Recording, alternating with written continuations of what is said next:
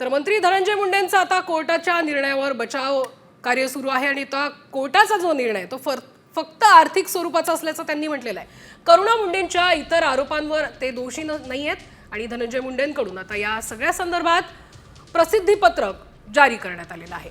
करुणा मुंडेंच्या इतर आरोपांवर ते दोषी नाहीयेत, याशिवाय आरोप फक्त आर्थिक स्वरूपाचे असल्याचं मुंडेंनी या प्रसिद्धी पत्रकामध्ये जारी केलेलं आहे।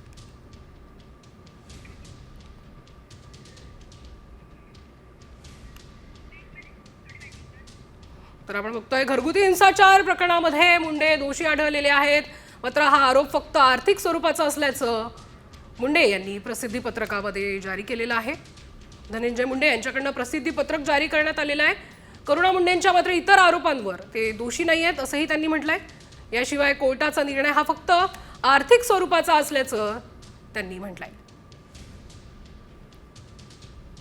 मंत्री धनंजय मुंडेंचा आता कोर्टाच्या निर्णयावर बचाव करण्याचा प्रयत्न सुरू आहे आणि या संदर्भात त्यांनी प्रसिद्धी पत्रक जे आहे ते जारी केलेलं आहे।